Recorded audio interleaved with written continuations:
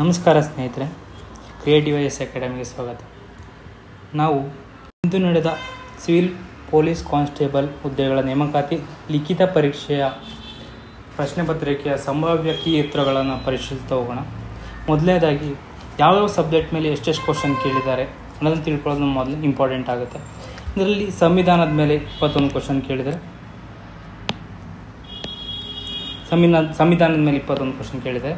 Science and tech ಮೇಲೆ 16 questions ಇದೆ. ಅದು ಇತಿಹಾಸದ ಮೇಲೆ 15 ಕ್ವಶನ್ ಇದೆ. ಮೆಂಟಲ್ ಎಬಿಲಿಟಿ ಮೇಲೆ 15 ಕ್ವಶನ್, ಜಿಯೋಗ್ರಫಿ ಮೇಲೆ 15 ಕ್ವಶನ್, ಅದೇ ರೀತಿ ಅರ್ಥಶಾಸ್ತ್ರದ ಮೇಲೆ 10 ಕ್ವಶನ್ ಇದೆ. ಮತ್ತು ಸಾಮಾನ್ಯ ಜ್ಞಾನ GK ಅದ್ರ ಮೇಲೆ 5 ಕ್ವಶನ್ಸ್ ಇದೆ. ಮತ್ತು ಕರೆಂಟ್ ಅಫೇರ್ಸ್ ಪ್ರಚಲಿತ ವಿಜ್ಞಾನದ ಮೇಲೆ 3 ಕ್ವಶನ್ಸ್ ಇದೆ. ಇದರಲ್ಲಿ ಈ ಪ್ರಶ್ನೆ ಪತ್ರಿಕೆ ನೋಡಿದ್ರೆ ನಮಗೇನಪ್ಪ ಅನಿಸುತ್ತೆ ಅಂದರೆ ಇದೊಂಥರ ಸಮತೋಲಿತ ಅಂದರೆ ಬ್ಯಾಲೆನ್ಸ್ ಕ್ವಶನ್ ಪೇಪರ್ ಅಂತ ಅನಿಸುತ್ತೆ. KSP ತನ್ನ ಸ್ಟ್ಯಾಂಡರ್ಡ್ನ ಉಳಿಸ್ಕೊಂಡಿದೆ. ಈ ಕ್ವಶನ್ನಲ್ಲಿ ಯಾರು ಕೋರ್ ಸಬ್ಜೆಕ್ಟ್ನ ಚೆನ್ನಾಗಿ ಅಧ್ಯಯನ ಮಾಡಿದ್ದಾರೆ ಮತ್ತು ಕರೆಂಟ್ ಅಫೇರ್ಸ್ನ ಮತ್ತು ಮೆಂಟಲ್ ಎಬಿಲಿಟಿನ ಯಾರು ಚೆನ್ನಾಗಿ ಅಧ್ಯಯನ ಮಾಡಿದ್ದಾರೆ ಅವ್ರು ತುಂಬ ಒಳ್ಳೆ ಸ್ಕೋರ್ ಮಾಡೋ ಚಾನ್ಸಸ್ ಜಾಸ್ತಿ ಇದೆ. ಆಲ್ರೆಡಿ ಮೊದಲೇ ಕ್ವಶನ್ ನೋಡ್ತಾ ಹೋಗೋಣ. ಇದರಲ್ಲಿ TKDL ಎಂದರೆ ಆಪ್ಷನ್ ಎ ಡಿಜಿಟಲ್ ಗ್ರಂಥಾಲಯ, option B driving licence, option C ವಿತರಣಾ ಪಟ್ಟಿ, ಆಪ್ಷನ್ ಡಿ ಇವುಗಳಲ್ಲಿ ಯಾವುದೂ ಅಲ್ಲ. ಇದು ಉತ್ತರ ಬಂದು ಡಿಜಿಟಲ್ ಗ್ರಂಥಾಲಯ ಅಂತ.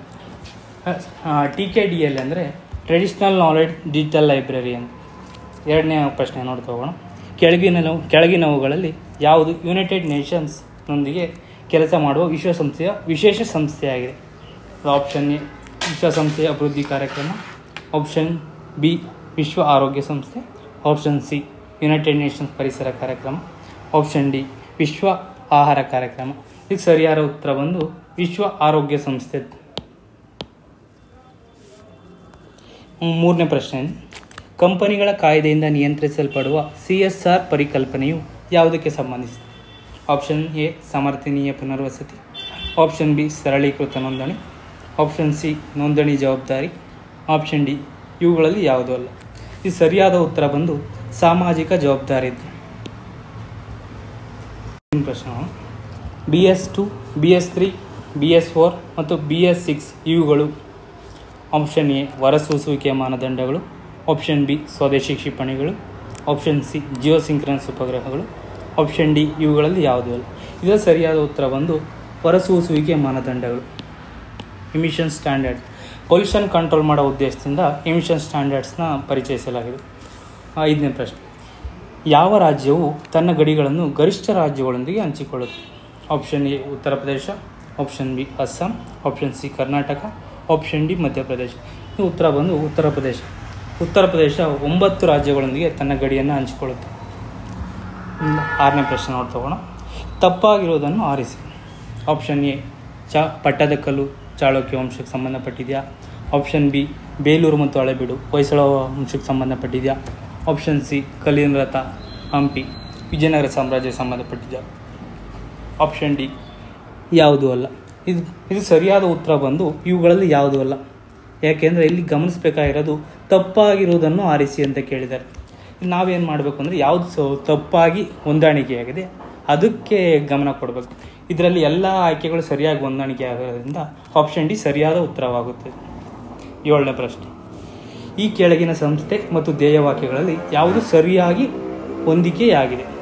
ಓಕೆ, ಆಪ್ಷನ್ ಎ ರಾಷ್ಟ್ರೀಯ ಕೆಡೆಟ್ ಕಾರ್ಪ್ಸ್ ಮನುಷ್ಯರ ಸೇವೆ ದೇವರ ಸೇವೆಯಾಗಿದೆ, ಆಪ್ಷನ್ ಬಿ ರಾಷ್ಟ್ರೀಯ ಸಾಮಾಜಿಕ ಸೇವೆ ನಾನಲ್ಲ ಅದರ ನೀವು, ಆಪ್ಷನ್ ಸಿ ಭಾರತೀಯ ರೆಡ್ ಕ್ರಾಸ್ ಸಂಸ್ಥೆ ಏಕತೆ ಮತ್ತು ಶಿಸ್ತು.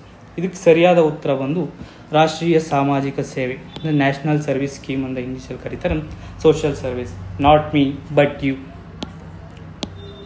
ಮುಂದಿನ ಪ್ರಶ್ನೆ ನೋಡ್ತಾ ಹೋಗೋಣ. ವೃತ್ತಾಕಾರದ ರಂಧ್ರವಿರುವ ಲೋಹದ ಹಾಳೆಯನ್ನು ಬಿಸಿ ಮಾಡಲಾಗುತ್ತದೆ, ಆಗ ಆ ರಂಧ್ರವು ಏನಾಗುತ್ತದೆ ಅಂತ ಪ್ರಶ್ನೆ ಕೇಳಿದ್ದಾರೆ. ಇದಕ್ಕೆ ಆಪ್ಷನ್ ಎ ದೊಡ್ಡದಾಗುತ್ತದೆ, ಆಪ್ಷನ್ ಬಿ ಚಿಕ್ಕದಾಗುತ್ತದೆ, ಆಪ್ಷನ್ ಸಿ ಅದೇ ಗಾತ್ರದಲ್ಲಿರುತ್ತದೆ, ಆಪ್ಷನ್ ಡಿ ವಿರೂಪಗೊಳ್ಳುತ್ತದೆ. ಇದಕ್ಕೆ ಸರಿಯಾದ ಉತ್ತರ ಬಂದು ದೊಡ್ಡದಾಗುತ್ತದೆ. ಇದು 9ನೇ ಪ್ರಶ್ನೆ, ಹಿತ್ತಾಳೆ ಯಾವುದರ ಮಿಶ್ರಲೋಹವಾಗಿದೆ? ಆಪ್ಷನ್ ಎ ತಾಮ್ರ ಮತ್ತು ಕಬ್ಬಿಣದ, ಆಪ್ಷನ್ ಬಿ ಸತು ಮತ್ತು ಕಬ್ಬಿಣ, ಆಪ್ಷನ್ ಸಿ ತಾಮ್ರ ಮತ್ತು ಸತು, ಆಪ್ಷನ್ ಡಿ ಕಬ್ಬಿಣ ಮತ್ತು ನಿಕ್ಕಲ್. ಇದು ಸರಿಯಾದ ಉತ್ತರ ಬಂದು ಸಿ ತಾಮ್ರ ಮತ್ತು ಸತು. ಸ್ಪರ್ಧಾರ್ಥಿಗಳು ಈ ಮಿಶ್ರಲೋಹಗಳ ಬಗ್ಗೆ ಅಧ್ಯಯನ ಮಾಡಬೇಕು. ಈ ರೀತಿಯ ಪ್ರಶ್ನೆಗಳಿಗೆ ಉತ್ತರ ಮಾಡಬೇಕಾದ್ರೆ ಮುಂದಿನ ಪ್ರಶ್ನೆ ನೋಡ್ತಾ ಹೋಗೋಣ. ವೈರಸ್ ಎನ್ನುವುದು ಆಪ್ಷನ್ ಎ ಪ್ರೋಟೀನ್ ಮತ್ತು ಲಿಪಿಡ್, ಆಪ್ಷನ್ ಬಿ ನ್ಯೂಕ್ಲಿಕ್ ಆಮ್ಲ ಮತ್ತು ಪ್ರೋಟೀನ್, ಆಪ್ಷನ್ ಸಿ ಲಿಪಿಡ್ ಮತ್ತು ಕಾರ್ಬೋಹೈಡ್ರೇಟ್ಸ್, ಆಪ್ಷನ್ ಡಿ ಕಾರ್ಬೋಹೈಡ್ರೇಟ್. ಇಲ್ಲಿ ಏನು ಕ್ವಶನ್ ಕೇಳಿದ್ರೆ ವೈರಸ್ ಯಾವುದರಿಂದ ಮಾಡಲ್ಪಟ್ಟಿದೆ ಅರ್ಥದಲ್ಲಿ ಕೇಳಿದ್ದಾನೆ. ಇದಕ್ಕೆ ಸರಿಯಾದ ಉತ್ತರ ಬಂದು ನ್ಯೂಕ್ಲಿಕ್ ಆಮ್ಲ ಮತ್ತು ಪ್ರೋಟೀನ್. 11ನೇ ಪ್ರಶ್ನೆ, ಕೆಳಗಿನ ಯಾವ ವಿದ್ಯುತ್ ಕಾಂತೀಯ ತರಂಗವು ಉದ್ದವಾದ ತರಂಗಾಂತರ ಹೊಂದಿದೆ? ಲಾಂಗೆಸ್ಟ್ ವೇವ್ ಲೆಂತ್ ಹೊಂದಿರುವಂಥ ವಿದ್ಯುತ್ ಕಾಂತೀಯ ತರಂಗ ಯಾವುದು ಅಂತ ಪ್ರಶ್ನೆ ಕೇಳಿದ್ದಾರೆ. ಸರಿಯಾದ ಉತ್ತರ ಬಂದು ಆಪ್ಷನ್ಸ್ ನೋಡ್ತಾ ಹೋಗೋಣ. ಆಪ್ಷನ್ ಎ ಅವಗಂಪು ಕಿರಣಗಳು, ಆಪ್ಷನ್ ಬಿ ಗಾಮ ಕಿರಣಗಳು, ಆಪ್ಷನ್ ಸಿ ನೇರಳಾತೀತ ಕಿರಣಗಳು, ಆಪ್ಷನ್ ಡಿ ಗೋಚರ ಬೆಳಕಿನ ಕಿರಣಗಳು. ಇದರ ಸರಿಯಾದ ಉತ್ತರ ಬಂದು ಅವಗೆಂಪು ಕಿರಣಗಳು. 12ನೇ ಪ್ರಶ್ನೆ ನೋಡ್ತಾ ಹೋಗೋಣ. ಟಾರ್ ಎಂದರೇನು? ಇಲ್ಲಿ ಟಾರ್ ಬಗ್ಗೆ ಕ್ವಶನ್ ಕೇಳಿದಾನೆ. ಈ ಟಾರ್ ಬಂದ್ಬಿಟ್ಟು ಡಾರ್ಕ್ ನೆಟ್ಟನ್ನು ಪ್ರವೇಶಿಸಿ ಬಳಸುವ ವೆಬ್ ಬ್ರೌಸರ್. ಇಲ್ಲಿ ನಾರ್ಮಲ್ ವೆಬ್ ಬ್ರೌಸರ್ ಬಳಸ್ಕೊಂಡು ಡಾರ್ಕ್ ವೆಬ್ಗೆ ಆಕ್ಸೆಸ್ ಪಡೆದುಕೊಳ್ಳೋದು ಆಗೋದಿಲ್ಲ. ಅದಕ್ಕೋಸ್ಕರ ಸ್ಪೆಷಲ್ ಆಗಿರುವಂತಹ ವೆಬ್ ಬ್ರೌಸರ್ ಅವಶ್ಯಕತೆ ಆಗಿರುತ್ತೆ. ಅದನ್ನು ಟಾರ್ ವೆಬ್ ಬ್ರೌಸರ್ ಅಂತ ಕರೀತಾರೆ. 13ನೇ ಪ್ರಶ್ನೆ ನೋಡ್ತಾ ಹೋಗೋಣ. MS ವಿಂಡೋಸ್ನಲ್ಲಿ ಫೈಲನ್ನು ಮರು ಹೆಸರಿಸಲು ಬಳಸುವ ಫಂಕ್ಷನ್ ಕೀ ಯಾವುದು? ಇದರಲ್ಲಿ ರೀನೇಮ್ ಮಾಡೋದಕ್ಕೆ ಬಳಸುವ ಫಂಕ್ಷನ್ ಕೀ ಯಾವುದು, ಅಂದರೆ ಶಾರ್ಟ್ಕಟ್ ಕೀ ಯಾವುದು ಅಂತ ಕೇಳಿದ್ದಾರೆ. ಇದರಲ್ಲಿ F2ನ ರೀನೇಮ್ ಮಾಡೋದಕ್ಕೆ ಬಳಸ್ತಾರೆ. ಆಪ್ಷನ್ ಬಿ F2 ಸರಿಯಾದ ಉತ್ತರ ಆಗಿದೆ. ಇದು ಬೇಕಿಂಗ್ ಸೋಡಾ ಎಂದರೇನು? ಇದು ವೈಜ್ಞಾನಿಕ ಹೆಸರೇನು ಅಂತ ಕೇಳಿದ್ದಾರೆ. ಈ ಪ್ರಶ್ನೆಗೆ ಸರಿಯಾದ ಉತ್ತರ ಆಪ್ಷನ್ ಬಿ ಸೋಡಿಯಂ ಬೈಕಾರ್ಬೋನೇಟ್. ಸ್ಪರ್ಧಾರ್ಥಿಗಳು ವೈಜ್ಞಾನಿಕ ಹೆಸರುಗಳು ಮತ್ತು ರಾಸಾಯನಿಕಗಳ ಹೆಸರುಗಳನ್ನ ಅಧ್ಯಯನ ಮಾಡುವಾಗ ಈ ರೀತಿಯ ಪ್ರಶ್ನೆಗಳು ಉತ್ತರ ನೀಡೋದಕ್ಕೆ. ಆಪ್ಷನ್ 15ನೇ ಪ್ರಶ್ನೆ, ಥಲಸ್ಮಿಯಾ ಎಂಬ ಆನುವಂಶಿಕ ಕಾಯಿಲೆ ಯಾವುದರ ಮೇಲೆ ಪರಿಣಾಮ ಬೀರುತ್ತದೆ? ಈ ಕ್ವಶನ್ ಏನು ಕೇಳಿದರೆ ಥಲಸ್ಮಿಯಾ ಎಂಬ ರೋಗವು ಯಾವುದರ ಮೇಲೆ ಪರಿಣಾಮ ಬೀರುತ್ತೆ ಅಂತ ಕ್ವಶನ್ ಕೇಳಿದ್ದಾನೆ. ಇದಕ್ಕೆ ಸರಿಯಾದ ಉತ್ತರ ಬಂದು ರಕ್ತ. ಮುಂದಿನ ಪ್ರಶ್ನೆ ನೋಡ್ತಾ ಚಂದ್ರಯಾನ 3 ಯಾವುದಕ್ಕೆ ಚಂದ್ರಯಾನ 3ಗೆ ಸಂಬಂಧಿಸಿದಂತೆ ಲ್ಯಾಂಡರ್ ಮತ್ತು ರೋವರ್ನ ಹೆಸರುಗಳು ಕ್ರಮವಾಗಿ ಬರೆಯಿರಿ. ಇದರಲ್ಲಿ ಸರಿಯಾದ ಉತ್ತರ ಬಂದು ಆಪ್ಷನ್ ಎ ವಿಕ್ರಮ್ ಮತ್ತು ಪ್ರಜ್ಞಾನ್. ವಿಕ್ರಮ್ ಲ್ಯಾಂಡರ್ ಆಗುತ್ತೆ, ಪ್ರಜ್ಞಾನ್ ರೋವರ್ ಆಗುತ್ತೆ. 17ನೇ ಪ್ರಶ್ನೆ, ಸರ್ CV ರಾಮನ್ ರವರು ನೊಬೆಲ್ ಪ್ರಶಸ್ತಿಯನ್ನು ಯಾವುದಕ್ಕೆ ಪಡೆದರು ಅಂತ ಕ್ವಶನ್ ಕೇಳಿದ್ದಾರೆ. ಇದು ಸರಿಯಾದ ಉತ್ತರ ಬಂದು ಬೆಳಕಿನ ಹರಡುವಿಕೆಯ ಮೇಲಿನ ಕೆಲಸಕ್ಕಾಗಿ work on scattering of light. 1930ರಲ್ಲಿ ಸರ್ CV ರಾಮನ್ ರವರು ನೊಬೆಲ್ ಪ್ರಶಸ್ತಿಯನ್ನು ಪಡೆದುಕೊಳ್ತಾರೆ. 18ನೇ ಕ್ವಶನ್ ನೋಡ್ತಾ ಹೋಗೋಣ. ಬೆಳಕು ಹೊರಸೂಸುವ ಡಯೋಡ್ ಯಾವುದನ್ನು ಪರಿವರ್ತಿಸುತ್ತದೆ? ಲೈಟ್ ಎಮಿಟಿಂಗ್ ಡಯೋಡ್ ಅಂತ ಇದೆಯಲ್ಲ, ಅದರದ ಕಾರ್ಯ ಅದು ಯಾವ ರೀತಿ ವರ್ತಿಸುತ್ತೆ ಅಂತ ಕೇಳಿದಾನೆ. ಇದು ಸರಿಯಾದ ಉತ್ತರ ಬಂದು ವಿದ್ಯುತ್ ಶಕ್ತಿಯನ್ನು ಬೆಳಕಿನ ಶಕ್ತಿಯಾಗಿ ಪರಿವರ್ತಿಸುತ್ತೆ. ಮುಂದಿನ ಪ್ರಶ್ನೆ ನೋಡ್ತಾ ಹೋಗೋಣ. ಮಾರ್ಸ್ ಅದು ಮಂಗಳ ಗ್ರಹದ ಮೇಲೆ ನಾಸಾ ನಿರ್ವಹಿಸುತ್ತಿರುವ ಸ್ವಾಯತ್ತ ಹೆಲಿಕಾಪ್ಟರ್ನ ಹೆಸರೇನು? ಇದು ಆಟೋನಾಮಸ್ ಹೆಲಿಕಾಪ್ಟರ್ ಹೆಸರೇನು? ನಾಸಾ ಮಂಗಳನ ಮೇಲೆ ಉಡಾವಣೆ ಮಾಡಿರುವ ಅಥವಾ ಅಧ್ಯಯನ ಮಾಡಲು ಕಳಿಸಿರುವಂತಹ ಆಟೋನಾಮಸ್ ಹೆಲಿಕಾಪ್ಟರ್ನ ಹೆಸರೇನು ಅಂತ ಕೇಳಿದ್ದಾರೆ. ಇದಕ್ಕೆ ಸರಿಯಾದ ಉತ್ತರ ಬಂದು ಇಂಜಿವಿಟಿ. ಆಪ್ಷನ್ ಬಿ ಇಂಜಿವಿಟಿ ವರ್ಗ. ಮುಂದಿನ ಪ್ರಶ್ನೆ, ಕೆಳಗಿನವುಗಳಲ್ಲಿ ಯಾವ ರಾಜ್ಯ ವಿಧಾನ ಪರಿಷತ್ತು ಹೊಂದಿಲ್ಲ? ಲೆಜಿಸ್ಲೇಟಿವ್ ಕೌನ್ಸಿಲ್ ಹೊಂದಿಲ್ಲದ ರಾಜ್ಯ ಯಾವುದು ಅಂತ ಕೇಳಿದ್ದಾರೆ. ಇದಕ್ಕೆ ಸರಿಯಾದ ಉತ್ತರ ಬಂದು ಮಧ್ಯಪ್ರದೇಶ. ಇನ್ನು ಉಳಿದ 3 ರಾಜ್ಯಗಳು ವಿಧಾನ ಪರಿಷತ್ತನ್ನು ಹೊಂದಿದೆ. 21ನೇ ಕ್ವಶನ್, ಮಂತ್ರಿಮಂಡಲ ಸದಸ್ಯರು ಸಾಮೂಹಿಕವಾಗಿ ಯಾವುದಕ್ಕೆ ಜವಾಬ್ದಾರರಾಗಿರುತ್ತಾರೆ? ಇದರ ಸರಿಯಾದ ಉತ್ತರ ಬಂದು ಹೌಸ್ ಆಫ್ ದಿ ಪೀಪಲ್, ಲೋಕಸಭೆಗೆ. ಮುಂದಿನ ಪ್ರಶ್ನೆ ನೋಡ್ತವ, ಸಂವಿಧಾನ ಸಭೆಯ ಅಧ್ಯಕ್ಷರು ಯಾರಾಗಿದ್ದರು? ಸರಿಯಾದ ಉತ್ತರ ಬಂದು ಡಾಕ್ಟರ್ ರಾಜೇಂದ್ರ ಪ್ರಸಾದ್. ಇದು ತುಂಬ ರಿಪೀಟ್ ಆಗಿರೋ ಪ್ರಶ್ನೆ. ಸ್ಪರ್ಧಾರ್ಥಿಗಳು ಇಂದಿನ ವರ್ಷದ ಪ್ರಶ್ನೆ ಪತ್ರಿಕೆಗಳನ್ನ ಅಧ್ಯಯನ ಮಾಡಿದ್ರೆ ಈ ಪ್ರಶ್ನೆಗಳೇ ಸುಲಭವಾಗಿ ಉತ್ತರ ನೀಡ್ಬೋದು. ಮುಂದಿನ ಪ್ರಶ್ನೆ, ಭೂಮಿಗೆ ಹೋಲಿಸಿದರೆ ಚಂದ್ರನ ಮೇಲಿನ ಭೌತಿಕ ದ್ರವ್ಯರಾಶಿ ಅಂದರೆ ಮಾಸ್ ಏನಾಗುತ್ತೆ ಅಂತ ಕೇಳಿದೆ. ಇಲ್ಲಿ ಹಾಗೆ ಇದು ಏನೂ ಚೇಂಜ್ ಆಗೋದಿಲ್ಲ. ಮಾಸ್ ಯಾವುದೇ ಕಾರಣಕ್ಕೂ ಚೇಂಜ್ ಆಗೋದಿಲ್ಲ. ಚೇಂಜ್ ಆಗೋದು ತೂಕ ಚೇಂಜ್ ಆಗುತ್ತೆ. ಮುಂದಿನ ಪ್ರಶ್ನೆ ತಗೋಣ. 14, ಸುಪ್ರೀಂ ಕೋರ್ಟನ್ನು ನಿಯಂತ್ರಿಸುವ ಅಧ್ಯಕ್ಷರ ಅಧಿಕಾರವು ಯಾವ ವಿಧಿಯ ಅಡಿಯಲ್ಲಿದೆ? ಇದು ಸರಿಯಾದ ಉತ್ತರ ಬಂದು ಆಪ್ಷನ್ ಬಿ 143. ಈ ವಿಧಿಯ ಅನುಸಾರ ರಾಷ್ಟ್ರಪತಿಗಳು ಸುಪ್ರೀಂ ಕೋರ್ಟ್ನ ಸಲಹೆಯನ್ನು ಪಡೆಯಬಹುದು. ಮುಂದಿನ ಪ್ರಶ್ನೆ ನೋಡ್ತಾ ಹೋಗೋಣ. ಭಾರತದಲ್ಲಿ ರಾಜ್ಯದ ಗಡಿಗಳನ್ನು ಬದಲಾಯಿಸುವ ಅಧಿಕಾರ ಯಾರ ಬಳಿ ಇದೆ? ಯಾರ ಹತ್ತಿರದಲ್ಲಿ? ಆಪ್ಷನ್ ಬಿ ಇದೆ. ಆಪ್ಷನ್ ಬಿ ಸರಿಯಾದ ಉತ್ತರ. ಸಂಸತ್ತು ತನ್ನ ದೇಶದ ಯಾವುದೇ ರಾಜ್ಯದ ಹೆಸರನ್ನು, ಗಡಿಗಳನ್ನು, ಅದರ ವ್ಯಾಪ್ತಿಯನ್ನು ಬದಲಾಯಿಸಬಹುದು. 26ನೇ ಪ್ರಶ್ನೆ. ಭಾರತೀಯ ಸ್ವಾತಂತ್ರ್ಯ ಕಾಯ್ದೆಯು ಬ್ರಿಟಿಷ್ ದೊರೆಗಳಿಂದ ರಾಜಸಮ್ಮತಿಯನ್ನು ಯಾವಾಗ ಪಡೆಯಿತು? ನಮ್ಮ 1947ರ ಸ್ವಾತಂತ್ರ್ಯ ಕಾಯ್ದೆ ಅದು ಯಾವಾಗ ಬ್ರಿಟಿಷ್ ರಾಜರಿಂದ ಸಮ್ಮತಿಯನ್ನು ಪಡಿತು, ಅಸೆಂಟ್ ಪಡಿತು ಅಂತ ಕ್ವಶನ್ ಕೇಳಿದ್ದಾರೆ. ಇದು ಸರಿಯಾದ ಉತ್ತರ ಬಂದು ಜುಲೈ 1947. 18 ಜುಲೈ 1947ರಂದು ಬ್ರಿಟಿಷ್ ರಾಜರಿಂದ ಸಮ್ಮತಿಯನ್ನು ಪಡೆಯಿತು. ಮುಂದಿನ ಪ್ರಶ್ನೆ ನೋಡ್ತಾ ಹೋಗೋಣ. ರಾಜನೀತಿಯ ನಿರ್ದೇಶಕ ತತ್ವಗಳನ್ನು ಈ ಕೆಳಗಿನ ಯಾವ ಲೇಖನಗಳಲ್ಲಿ ಸೇರಿಸಲಾಗಿದೆ? ಯಾವ ವಿಧಿಗಳು ರಾಜನೀತಿ ನಿರ್ದೇಶಕ ತತ್ವಗಳ ಬಗ್ಗೆ ವಿವರಿಸುತ್ತೆ ಅಂತ ಕೇಳಿದರೆ ಇದಕ್ಕೆ ಸರಿಯಾದ ಉತ್ತರ ಬಂದು ವಿಧಿ 36ರಿಂದ 51ನೇ ವಿಧಿಯವರೆಗೆ ರಾಜನೀತಿ ನಿರ್ದೇಶಕ ತತ್ವಗಳ ಬಗ್ಗೆ ವಿವರಿಸುತ್ತದೆ. ಮುಂದಿನ ಪ್ರಶ್ನೆ ನೋಡ್ತಾ ಹೋಗೋಣ. ಮತದಾನದ ಹಕ್ಕು ಚಲಾಯಿಸುವ ವಯಸ್ಸನ್ನು 21 ವರ್ಷದಿಂದ 18 ವರ್ಷಕ್ಕೆ ಯಾವ ತಿದ್ದುಪಡಿಯಿಂದ ಇಳಿಸಲಾಯಿತು? ಸರಿಯಾದ ಉತ್ತರ ಬಂದು ಸಂವಿಧಾನದ 61ನೇ ತಿದ್ದುಪಡಿ ಕಾಯ್ದೆ. ಮುಂದಿನ ಪ್ರಶ್ನೆ ನೋಡ್ತಾ ಹೋಗೋಣ.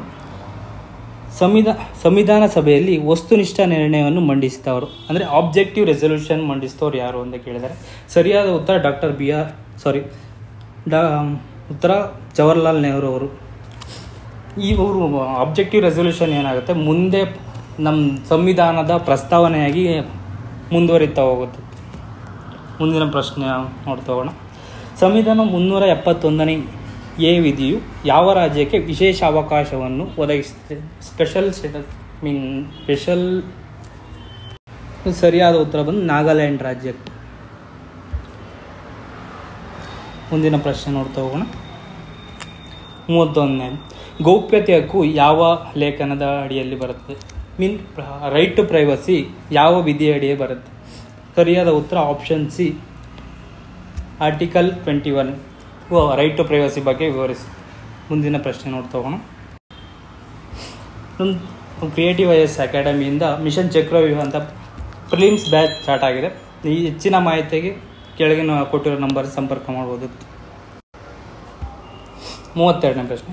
ಸರ್ವೋಚ್ಚ ನ್ಯಾಯಾಲಯದ ಮೂಲ ಅಧಿಕಾರವು ಯಾವ ವ್ಯಾಪ್ತಿಯಲ್ಲಿ ಒಳಗೊಂಡಿದೆ? ಇದಕ್ಕೆ ಸರಿಯಾದ ಉತ್ತರ ಬಂದು ವಿಧಿ 131.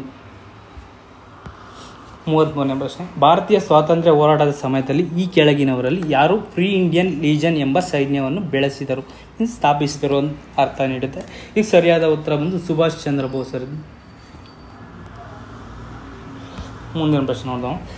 ಸಂವಿಧಾನದ ಯಾವ ಪರಿಚ್ಛೇದವನ್ನು ಗ್ರಾಮ ಸಭೆಗೆ ಒದಗಿಸಲಾಗಿದೆ? ಗ್ರಾಮ ಸಭೆಯನ್ನು ಯಾವ ವಿಧಿಯ ಅಡಿ ಸ್ಥಾಪಿಸಲಾಗುತ್ತದೆ ಎಂಬ ಪ್ರಶ್ನೆ ಕೇಳಿದ್ದಾರೆ. ಇದಕ್ಕೆ ಸರಿಯಾದ ಉತ್ತರ ಬಂದು 243A. ಮುಂದಿನ ಪ್ರಶ್ನೆ ನೋಡ್ತಾ ಹೋಗೋಣ. ಸರ್ದಾರ್ ಪಟೇಲ್ ಅವರ ಅಧ್ಯಕ್ಷತೆಯಲ್ಲಿ 1931ರಲ್ಲಿ ಭಾರತೀಯ ರಾಷ್ಟ್ರೀಯ ಕಾಂಗ್ರೆಸ್ನ ಕರಾಚಿ ಅಧಿವೇಶನಕ್ಕಾಗಿ ಮೂಲಭೂತ ಹಕ್ಕುಗಳು ಮತ್ತು ಆರ್ಥಿಕ ಕಾರ್ಯಕ್ರಮದ ಕುರಿತು ನಿರ್ಣಯವನ್ನು ಯಾರು ರಚಿಸಿದರು? ಇದಕ್ಕೆ ಸರಿಯಾದ ಉತ್ತರ ಬಂದು ಪಂಡಿತ್ ಜವಾಹರ್ಲಾಲ್ ನೆಹರು.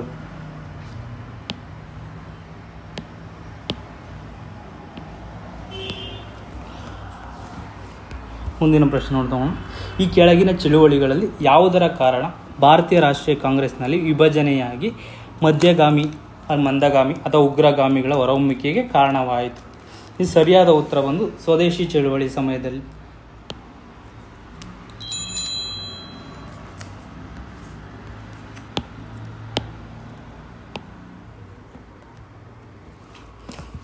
ಮುಂದಿನ ಪ್ರಶ್ನೆ ನೋಡ್ತಾ ಹೋಗೋಣ.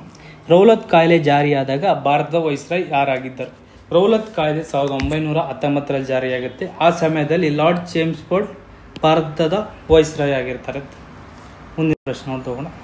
ಕೆಳಗಿನವರಲ್ಲಿ ಯಾರು ಕೆಂಪುಕೋಟೆಯ ವಿಚಾರಣೆಯ ಸಂದರ್ಭದಲ್ಲಿ ಭಾರತೀಯ ರಾಷ್ಟ್ರೀಯ ಸೇನೆ ಕೈದಿಗಳನ್ನು ರಕ್ಷಿಸಿದರು? ಇದಕ್ಕೆ ಸರಿಯಾದ ಉತ್ತರ ಬಂದು ಕೈಲಾಶ್ ನಾಥ್ ಕಟೋಚಿ. ಮುಂದಿನ ಪ್ರಶ್ನೆ ನೋಡ್ತಾ ಹೋಗೋಣ. ಈ ಕೆಳಗಿನ ಯಾವ ಸಂಸ್ಥೆಗಳನ್ನು ಡಾಕ್ಟರ್ ಭೀಮ್ರಾವ್ ಅಂಬೇಡ್ಕರ್ ಸ್ಥಾಪಿಸಿದರು ಅಂತ ಕೇಳಿದ್ದಾರೆ. ಇಲ್ಲಿ ನೀಡಿರೋ ಎಲ್ಲ ಆಯ್ಕೆಗಳಲ್ಲಿ ನೀಡಿರುವ ಸಂಸ್ಥೆಗಳನ್ನು ಸಹ ಡಾಕ್ಟರ್ BR ಅಂಬೇಡ್ಕರ್ ಅವರೇ ಸ್ಥಾಪನೆ ಮಾಡಿರ್ತಾರೆ. ಅದಕ್ಕೆ ಸರಿಯಾದ ಉತ್ತರ ಇವುಗಳಲ್ಲಿ ಎಲ್ಲವೂ. 40ನೇ ಪ್ರಶ್ನೆ. ಭಾರತೀಯ ಸ್ವಾತಂತ್ರ್ಯ ಹೋರಾಟದ ಉಲ್ಲೇಖದಲ್ಲಿ ಉಷಾ ಮೆಹ್ತಾ ಅವರವರು ಯಾವುದಕ್ಕೆ ಪ್ರಸಿದ್ಧರಾಗಿದ್ದಾರೆ? ಇದು ಸರಿಯಾದ ಉತ್ತರ ಬಂದು ಕ್ವಿಟ್ ಇಂಡಿಯಾ ಚಳವಳಿಯ ಹಿನ್ನೆಲೆಯಲ್ಲಿ ಕಾಂಗ್ರೆಸ್ನ ರಹಸ್ಯ ರೇಡಿಯೋವನ್ನು ನಡೆಸುತ್ತಿದ್ದರು. ಆಪ್ಷನ್ ಎ ಸರಿಯಾದ ಉತ್ತರವಾಗಿದೆ. ಮುಂದಿನ ಪ್ರಶ್ನೆ ನೋಡ್ತಾ ಕೆಳಗಿನವರುಗಳಲ್ಲಿ ಯಾರನ್ನು ಕರ್ನಾಟಕದ ಖಾದಿ ಭಗೀರಥ ಎಂದು ಕರೆಯುತ್ತಾರೆ? ಸರಿಯಾದ ಉತ್ತರವನ್ನು ಗಂಗಾಧರ ಬಾಲಕೃಷ್ಣ ದೇಶಪಾಂಡೆ. ಸರಿಯಾದ. 42ನೇ ಪ್ರಶ್ನೆ. ಪ್ರಸಿದ್ಧ ಸ್ವಾತಂತ್ರ್ಯ ಹೋರಾಟಗಾರ್ತಿ ಬಳ್ಳಾರಿ ಸಿದ್ದಮ್ಮ ಅವರು ಯಾವ ತಾಲೂಕಿನಲ್ಲಿ ಜನಿಸಿದರು? ಇದು ಸರಿಯಾದ ಉತ್ತರ ಬಂದು ಆಪ್ಷನ್ ಸಿ ಹಾವೇರಿದು. 43ನೇ ಪ್ರಶ್ನೆ. ಅಕ್ಟೋಬರ್ 1824ರಲ್ಲಿ ಕಿತ್ತೂರು ರಾಣಿ ಚೆನ್ನಮ್ಮಳ ಪಡೆಗಳು ಯಾವ ಬ್ರಿಟಿಷ್ ಕಲೆಕ್ಟರ್ನನ್ನು ಕೊಂದರು? ಈ ಸರಿಯಾದ ಉತ್ತರ ಬಂದು Saint John Thackeray. Option A Saint John Thackeray. 44ನೇ ಪ್ರಶ್ನೆ. ಈ ಕೆಳಗಿನ ವೈಸ್ರಾಯ್ಗಳಲ್ಲಿ 1878ರ ದೇಶೀಯ ಪತ್ರಿಕಾ ಕಾಯ್ದೆ ರದ್ದುಗೊಳಿಸಿದವರು ಯಾರು? ವರ್ನಾಕ್ಯುಲರ್ ಪ್ರೆಸ್ ಆ್ಯಕ್ಟ್ 1878ನ ರದ್ದುಪಡಿಸಿದವರು ಯಾರು ಅಂತ ಕೇಳಿದರೆ ಇದಕ್ಕೆ ಸರಿಯಾದ ಉತ್ತರ ಲಾರ್ಡ್ ರಿಪ್ಪನ್.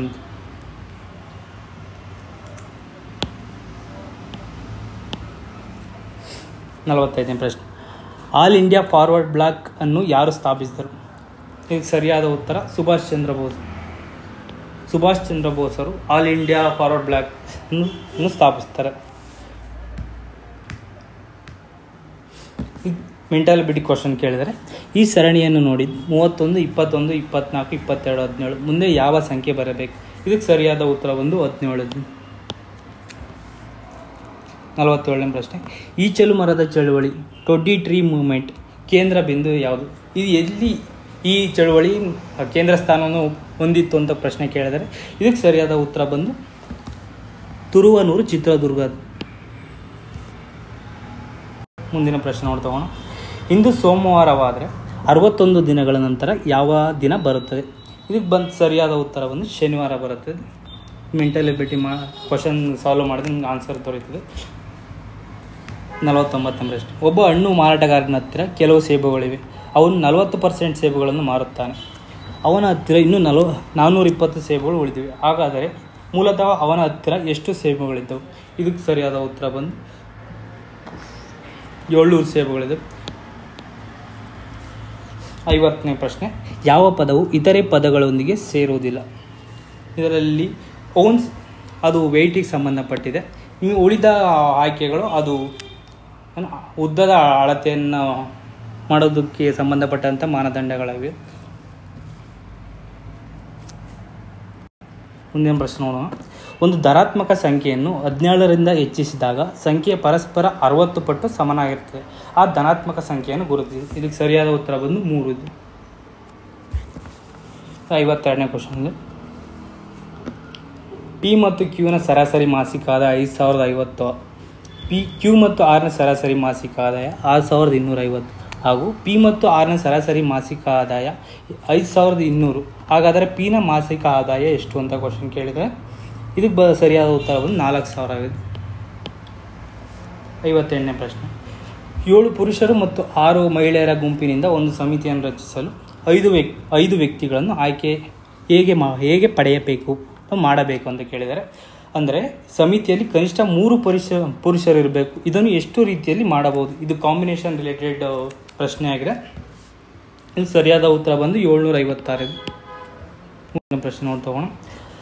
6 ಗಂಟೆಗಳು ಒಟ್ಟಿಗೆ ಶಬ್ದ ಮಾಡಲು ಪ್ರಾರಂಭಿಸ್ತವೆ ಮತ್ತು ಕ್ರಮವಾಗಿ 2, 4, 6, 8, 10 ಮತ್ತು 12 ಸೆಕೆಂಡುಗಳ ಮಧ್ಯಂತರದಲ್ಲಿ ಶಬ್ದ ಮಾಡುತ್ತವೆ. 30 ನಿಮಿಷಗಳಲ್ಲಿ ಎಷ್ಟು ಬಾರಿ ಒಟ್ಟಿಗೆ ಶಬ್ದ ಮಾಡುತ್ತವೆ? ಇದಕ್ಕೆ ಸರಿಯಾದ ಉತ್ತರ ಬಂದು 16 ಸಾರಿ ಬರುತ್ತೆ. LCM ಮೇಲಿನ ಪ್ರಶ್ನೆ ಆಗಿದೆ. ಮುಂದಿನ ಪ್ರಶ್ನೆ ನೋಡ್ತಗೋಣ. ಒಂದೇ ಸ್ಥಿರ ದರದಲ್ಲಿ ಚಾಲನೆಯಲ್ಲಿರುವ 6 ಒಂದೇ ರೀತಿಯ ಯಂತ್ರಗಳು ಪ್ರತಿ ನಿಮಿಷಕ್ಕೆ ಒಟ್ಟು 270 ಬಾಟಲಿಗಳನ್ನು ಉತ್ಪಾದನೆ ಮಾಡಬಹುದು. ಅದೇ ದರದಲ್ಲಿ ಅಂತಹ 10 ಯಂತ್ರಗಳು 4 ನಿಮಿಷಗಳಲ್ಲಿ ಎಷ್ಟು ಬಾಟಲಿಗಳನ್ನು ಉತ್ಪಾದಿಸಬಹುದು? ಇದು ಸರಿಯಾದ ಉತ್ತರ ಬಂದು 1800. 56ನೇ ಪ್ರಶ್ನೆ, ಚೌಕದ ಬದಿಯನ್ನು ಅಳೆಯುವಾಗ 2% ಹೆಚ್ಚಿನ ದೋಷವನ್ನು ಮಾಡಲಾಗಿದೆ. ಹಾಗಾದರೆ ಚಿತ್ರದ ಲೆಕ್ಕಾಚಾರದ ಪ್ರದೇಶದಲ್ಲಿನ ದೋಷದ ಶೇಕಡಾವಾರು ಎಷ್ಟು? ಇದಕ್ಕೆ ಸರಿಯಾದ ಉತ್ತರ ಬಂದು 4.04% ಇದೆ. ಮುಂದಿನ ಪ್ರಶ್ನೆ ನೋಡ್ತಾ ಹೋಗೋಣ. ಅರ್ಥಶಾಸ್ತ್ರದಲ್ಲಿ GDP ಎಂದರೆ ಏನು? ಇದು ಗ್ರಾಸ್ ಡೊಮೆಸ್ಟಿಕ್ ಪ್ರಾಡಕ್ಟ್ ಅಂತ. 58ನೇ ಪ್ರಶ್ನೆ, ಎಷ್ಟು ಮಾರಾತ್ನ PSUಗಳಿವೆ? ಸರಿಯಾದ ಉತ್ತರ 13 PSUಗಳಿದ್ದಾವೆ. ಮುಂದಿನ ಪ್ರಶ್ನೆ ನೋಡ್ತಾ ಹೋಗೋಣ. ಸೈಬರ್ ಅಪರಾಧಗಳನ್ನು ವರದಿ ಮಾಡಲು ಈ ಕೆಳಗಿನ ಯಾವ ಸಹಾಯವಾಣಿಯನ್ನು ರಚಿಸಲಾಗಿದೆ? ಈ ಸರಿಯಾದ ಉತ್ತರ ಬಂದು 1930 1930. ಈ ಸಂಖ್ಯೆ ಕಾಲ್ ಮಾಡಿ ಸೈಬರ್ ಅಪರಾಧಗಳ ಬಗ್ಗೆ ಪೊಲೀಸರು ವರದಿ ಮಾಡಬಹುದು. 60ನೇ ಪ್ರಶ್ನೆ ಮೆಂಟಲ್ ಬಿಲ್ಡ್ ಮೇಲೆ ಕ್ವಶನ್ ಆಗಿದೆ. A ಮತ್ತು B ಎರಡು ಪರೀಕ್ಷಾ ಕೊಠಡಿಗಳು 10 ವಿದ್ಯಾರ್ಥಿಗಳನ್ನು Aಯಿಂದ Bಗೆ ಕಳುಹಿಸಿದರೆ ಪ್ರತಿ ಕೊಠಡಿಯಲ್ಲಿನ ವಿದ್ಯಾರ್ಥಿಗಳ ಸಂಖ್ಯೆ ಒಂದೇ ಆಗುತ್ತದೆ. 20 ವಿದ್ಯಾರ್ಥಿಗಳನ್ನು Bಯಿಂದ Aಗೆ ಕಳುಹಿಸಿದರೆ Aನಲ್ಲಿರುವ ವಿದ್ಯಾರ್ಥಿಗಳ ಸಂಖ್ಯೆ Bನಲ್ಲಿರುವ ವಿದ್ಯಾರ್ಥಿಗಳ ಸಂಖ್ಯೆಗಿಂತ ದ್ವಿಗುಣವಾಗಿರುತ್ತದೆ. ಹಾಗಾದರೆ Aನಲ್ಲಿರುವ ವಿದ್ಯಾರ್ಥಿಗಳ ಸಂಖ್ಯೆ ಎಷ್ಟು ಅಂತ ಕ್ವಶನ್ ಕೇಳಿದ್ದಾರೆ. ಇದಕ್ಕೆ ಸರಿಯಾದ ಉತ್ತರ ಬಂದು 100. 61ನೇ ಪ್ರಶ್ನೆ, ಪುಸ್ತಕವಾಗಿ ನಂತರ ಪ್ರಕಟವಾದ ಪ್ರಸಿದ್ಧ ಭಾಷಣ ಅನಿಲೇಷನ್ ಆಫ್ ಕ್ಯಾಸ್ಟ್ ಬರೆದವರು ಯಾರು? ಡಾಕ್ಟರ್ BR ಅಂಬೇಡ್ಕರ್ ಅವರು ಅನಿಲೇಷನ್ ಆಫ್ ಕ್ಯಾಸ್ಟ್ ಎಂಬ ಪ್ರಸಿದ್ಧ ಭಾಷಣ ಮಾಡ್ತಾರೆ. ಅದನ್ನ ನಂತರ ಪುಸ್ತಕವಾಗಿ ಪ್ರಕಟವಾಗುತ್ತದೆ. 62ನೇ ಪ್ರಶ್ನೆ, ಕೆಳಗಿನ ಯಾವ ಪ್ರಾಧಿಕಾರವು ದೇಶದಲ್ಲಿ ವಿಮಾ ಕ್ಷೇತ್ರವನ್ನು ನಿಯಂತ್ರಿಸುತ್ತದೆ? ಇದು ಸರಿಯಾದ ಉತ್ತರ ಬಂದು IRDAI. Option B IRDAI. 63ನೇ ಪ್ರಶ್ನೆ, ಮಾಹಿತಿ ಹಕ್ಕು ಕಾಯ್ದೆ ಯಾವ ವರ್ಷದಲ್ಲಿ ಜಾರಿಗೆ ಬಂದಿದೆ? ಇದಕ್ಕೆ ಸರಿಯಾದ ಉತ್ತರ ಬಂದು 2005. 2005ರಲ್ಲಿ ಮಾಹಿತಿ ಹಕ್ಕು ಕಾಯ್ದೆ ಜಾರಿಗೆ ಬರುತ್ತೆ. 64ನೇ ಪ್ರಶ್ನೆ, DSLR ಕ್ಯಾಮ್ರಾದಲ್ಲಿ DSLR ಅಂದರೆ ಏನು ಅಂತ ಫುಲ್ ಫಾರ್ಮ್ ಕೇಳ್ತಾರೆ. ಇದು ಆನ್ಸರ್ ಬಂದು ಡಿಜಿಟಲ್ ಸಿಂಗಲ್ ಲೆನ್ಸ್ ರಿಫ್ಲೆಕ್ಸ್ ಅಂತ. ಆಪ್ಷನ್ ಬಿ ಆಗುತ್ತೆ ಸರಿಯಾದ ಉತ್ತರ. ಮುಂದಿನ ಪ್ರಶ್ನೆ ನೋಡ್ತಾ ಹೋಗೋಣ.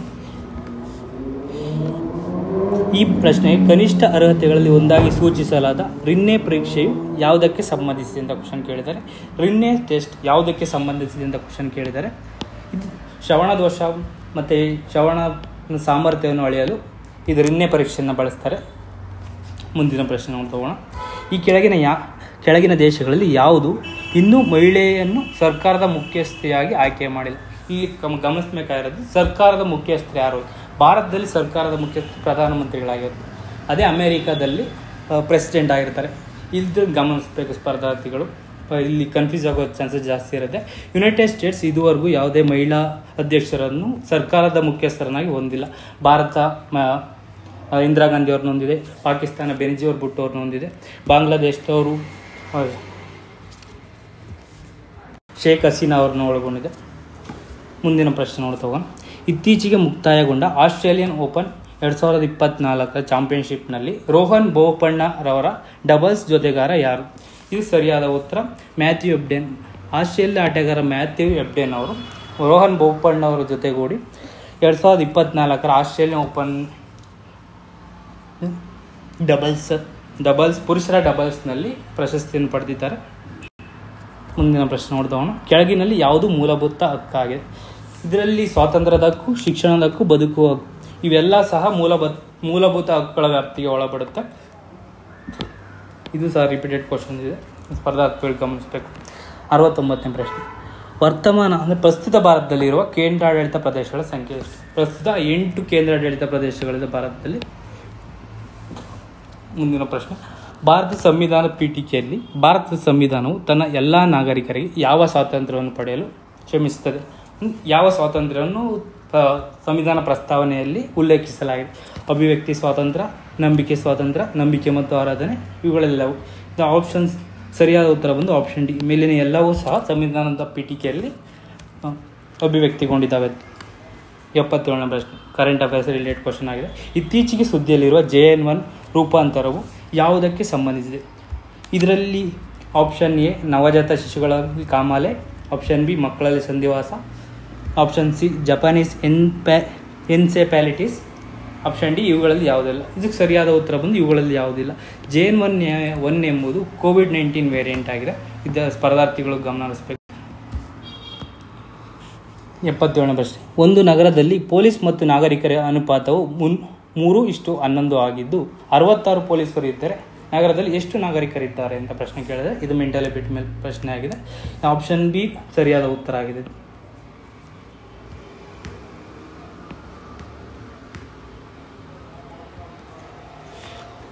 73ನೇ ಪ್ರಶ್ನೆ. ಬ್ಯಾಕ್ಟೀರಿಯಾದ ಕೋಶವು ಪ್ರತಿ ನಿಮಿಷಕ್ಕೆ ದ್ವಿಗುಣಗೊಳ್ಳುತ್ತದೆ ಮತ್ತು ಕಪ್ಪನ್ನು ತುಂಬಲು 72 ನಿಮಿಷಗಳನ್ನು ತೆಗೆದುಕೊಂಡರೆ ಕಪ್ನ ಕಾಲು ಭಾಗವನ್ನು ತುಂಬಲು ಎಷ್ಟು ಸಮಯ ತೆಗೆದುಕೊಳ್ಳುತ್ತದೆ? ಇದು ಮೆಂಟಲ್ ಎಬಿಲಿಟಿ ಮೇಲೆ ಪ್ರಶ್ನೆ ಆಗಿದೆ.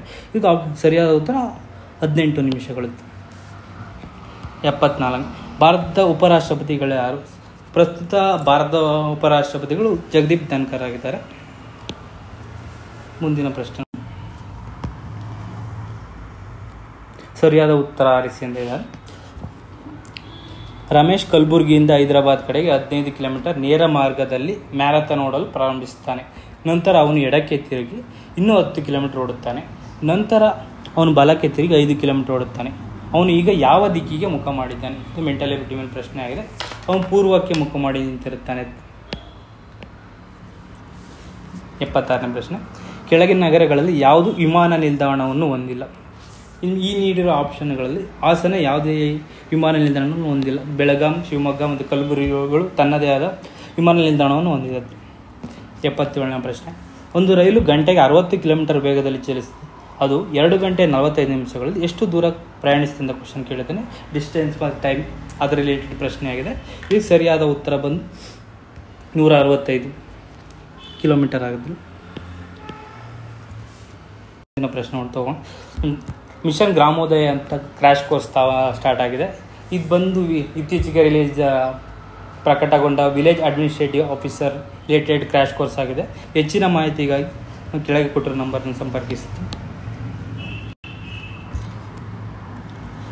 78ನೇ ಕ್ವಶನ್. ತೈಲ ಸಂಗ್ರಹಣಾಗಾರವು ಈ ಕೆಳಗಿನ ಯಾವ ನಗರದಲ್ಲಿದೆ? ಇದು ಸರಿಯಾದ ಉತ್ತರ ಬಂದು ಮಂಗಳೂರಲ್ಲಿ. ಆಪ್ಷನ್ ಮಂಗಳೂರಿದೆ. 79ನೇ ಪ್ರಶ್ನೆ ಇದು. ಧೋಬಿಗಳು, ಕ್ಷೌರಿಕರು ಮತ್ತು ಚಮ್ಮಾರರು ಭಾರತದ ಆರ್ಥಿಕತೆ ಯಾವ ವಲಯದ ಅಡಿಯಲ್ಲಿ ಬರುತ್ತಾರೆ? ಇಲ್ಲಿ ಸ್ಪರ್ಧಾರ್ಥಿಗಳು ಕನ್ಫ್ಯೂಸ್ ಆಗೋ ಚಾನ್ಸಸ್ ಜಾಸ್ತಿ ಇರುತ್ತೆ. ಇವರು ತೃತೀಯ ಸೇವೆಗಳ ವಲಯಕ್ಕೆ ಸಂಬಂಧಿಸ್ತಾರೆ. ಆಪ್ಷನ್ ಸರಿಯಾದ ಉತ್ತರ ಆಗಿದೆ. 80ನೇ ಪ್ರಶ್ನೆ. ಜೌಗು ಪ್ರದೇಶಗಳು ಮತ್ತು ಅವುಗಳು ಇರುವ ಜಿಲ್ಲೆಯನ್ನು ಪರಿಗಣಿಸಿ ಸರಿಯಾದನ್ನು ಆರಿಸಿ. ಇದು ಬೋನಾಲ್, ಯಾದಗಿರಿ ಸರಿಯಾದ ಉತ್ತರ. ಸರಿಯಾದಾಗಿ ಹೊಂದಾಣಿಕೆ ಆಗಿದೆ. ಹೆಗ್ಗೇರಿ, ಹಾವೇರಿ, ಅಘನಾಶಿನಿ, ಗದಗ, ಗುಡವಿ, ಶಿವಮೊಗ್ಗ. ಇದರಲ್ಲಿ ತಪ್ಪಾಗಿ ಹೊಂದಾಣಿಕೆ ಆಗಿರೋದು ಅಂತ ಕೇಳಿದರೆ ಸರಿಯಾಗಿ ಹೊಂದಾಣಿಕೆ ಯಾವುದಾಗಿದೆ ಅಂತ ಕೇಳಿದ್ದಾರೆ. ಇಲ್ಲಿ ಸರಿಯಾದ ಉತ್ತರ ಬಂದು ಬೋನಾಲ್, ಯಾದಗಿರಿ.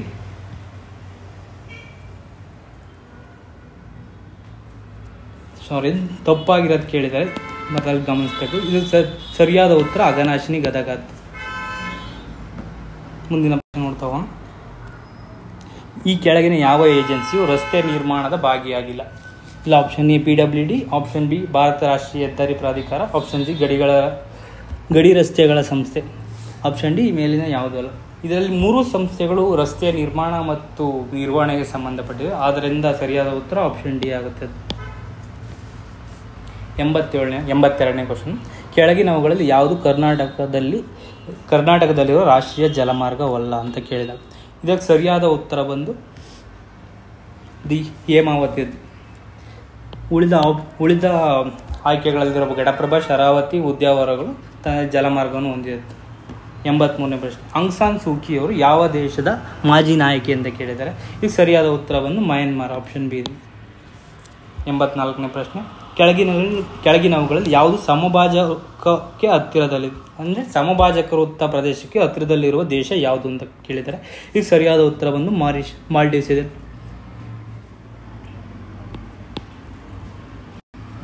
85ನೇ ಪ್ರಶ್ನೆ. ವಿಮಾನಗಳು ಸಾಮಾನ್ಯವಾಗಿ ಯಾವ ಗೋಳದಲ್ಲಿ ಪ್ರಯಾಣಿಸ್ತವೆ? ಸರಿಯಾದ ಉತ್ತರ ಬಂದು ಸ್ಟ್ರಾಟೋಸ್ಫಿಯರ್ ಇದೆ. 86ನೇ ಪ್ರಶ್ನೆ. ಡ್ಯಾಶ್ ಸರೋವರವು ಭಾರತದ ಅತಿದೊಡ್ಡ ಉಪ್ಪು ನೀರಿನ ಸರೋವರವಾಗಿದೆ. ಚಿಲ್ಕಾ ಸರೋವರ ಭಾರತದ ಅತಿದೊಡ್ಡ ಉಪ್ಪು ನೀರಿನ ಸರೋವರವಾಗಿದೆ. ಅದೇ ಉಲಾರ್ ಅತಿದೊಡ್ಡ ಸಿಹಿ ನೀರಿನ ಸರೋವರವಾಗಿದೆ. ವಿದ್ಯಾರ್ಥಿಗಳು ಗಮನಿಸಬೇಕಿದೆ. 87ನೇ ಪ್ರಶ್ನೆ. ಕೆಳಗಿನವುಗಳಲ್ಲಿ ಯಾವುದು ನೋಂದಾಯಿತ ಭೌಗೋಳಿಕ ಸೂಚಕ ಟ್ಯಾಗ್ ಅನ್ನು ಹೊಂದಿಲ್ಲ ಅಂತ? ಯಾವ ಪ್ರಶ್ನೆ ಕೇಳಿದ್ದಾರೆ. ಇದರಲ್ಲಿ ಚನ್ನಪಟ್ಟಣ ಆಟಿಕೆ ಮತ್ತು ಬೊಂಬೆಗಳು, ಬಿ ಮೊಣಕಾಲು 3 ಸೀರೆಗಳು, ಆಪ್ಷನ್ ಸಿ ಕರ್ನಾಟಕ ಕಂಚಿನ ಸಾಮಾನು. ಇದರಲ್ಲಿ ಸರಿಯಾದ ಉತ್ತರ ಬಂದು ಆಪ್ಷನ್ ಡಿ. ಮೇಲಿನ ಎಲ್ಲವೂ ಸಹ GI ಟ್ಯಾಗನ್ನು ಹೊಂದಿರೋದ್ರಿಂದ ಇಲ್ಲಿ ಸರಿಯಾದ ಉತ್ತರ ಆಪ್ಷನ್ ಡಿ ಆಗುತ್ತೆ.